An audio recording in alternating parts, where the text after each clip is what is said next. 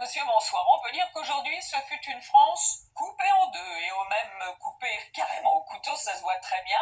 Beaucoup de grisailles sur ces régions, même dans le Val-de-Saône, une partie de la vallée de la Garonne. Et puis on a une perturbation qui en plus arrive. Donc, un temps sec en revanche, et c'est relativement une bonne nouvelle pour la Charente-Maritime qui reste toujours en vigilance crue.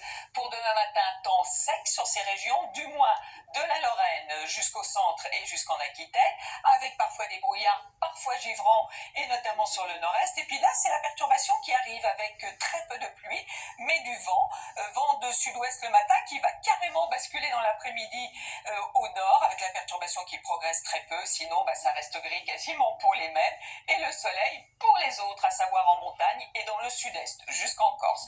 Voici les températures matinales, 10 degrés déjà pour Brest et pour Cherbourg, mais dans l'ensemble, beaucoup de températures basses et des gelées, notamment là où il n'y a pas de petite couverture nuageuse la nuit et près de la Méditerranée. Mais là, vous allez vous rattraper l'après-midi dans le sud-est avec une belle amplitude. 19 degrés par exemple pour Perpignan, et sur les régions du nord, entre 3 et 14 degrés. On peut quand même parler de douceur bretonne.